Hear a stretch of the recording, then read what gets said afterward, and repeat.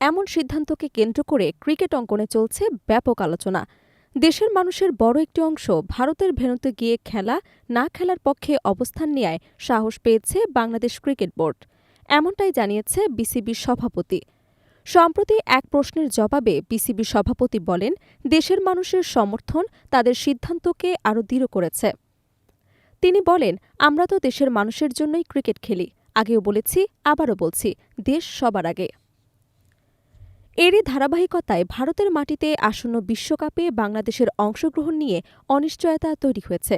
BCB তাদের অবস্থান জানিয়ে আইসিসিকে চিঠি পাঠালেও ৪ দিন পার হয়ে গেলেও এখনও আনুষ্ঠানিক জবাব পায়নি বোর্ড। বিসিবির সভাপতি জানান, তারা আইসিসির কাছে প্রয়োজনীয় সব ডকুমেন্ট ও নিরাপত্তা সংক্রান্ত তথ্য পাঠিয়েছেন। তিনি বলেন, আমরা যতগুলো লিঙ্ক, অ্যাটাচমেন্ট বা ইনফরমেশন দরকার সব দিয়েছি। আমাদের চিঠির পর আইসিসি সিকিউরিটি ডিপার্টমেন্ট আমাদের সাথেও যোগাযোগ করেছে। তার ভাষ্য অনুযায়ী আইসিসি বিষয়টি নিয়ে আলোচনায় বসতে পারে সোম অথবা মঙ্গলবারের দিকে। তবে সময় গড়িয়ে যাওয়ায় উদ্বেগ বাড়ছে বিসিবির। তিনি আরও বলেন, আমাদের জন্য সময়টা খুব গুরুত্বপূর্ণ। সময় চলে যাচ্ছে, তাই আমরা চিঠির অপেক্ষায় আছি। কী রিপ্লাই আসে বা কী রিকোয়ারমেন্ট আসে।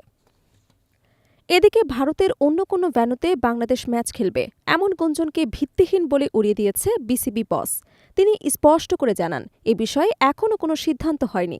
তবে সব অনিশ্চয়তার মাঝেও তিনি আশাবাদী, শেষ পর্যন্ত বিশ্বকাপে অংশ নেবে বাংলাদেশ দল। অন্যদিকে জাতীয় দলের সাবেক অধিনায়ক তামিম ইকবালকে নিয়ে বিসিবি পরিচালক নাজমুল ইসলামের করা মন্তব্য নিয়ে ক্ষোভ প্রকাশ করেছে সাবেক অধিনায়ক বুলবুল।